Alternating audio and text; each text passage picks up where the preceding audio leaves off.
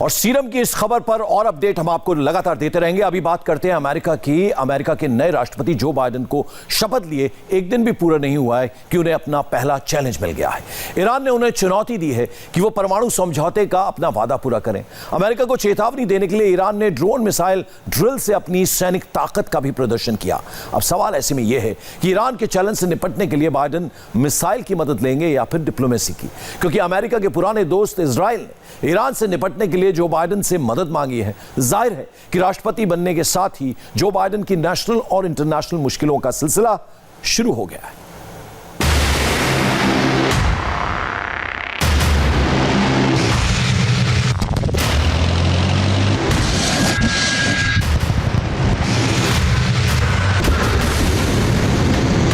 कट्टर दुश्मन ईरान ने अमेरिका के नए राष्ट्रपति जोसेफ बाइडेन जूनियर का स्वागत कुछ इसी अंदाज में किया। मिसाइलों से फायरिंग,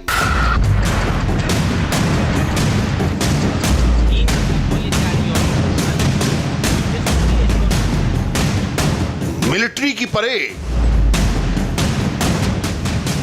धमकियों वाली जबान।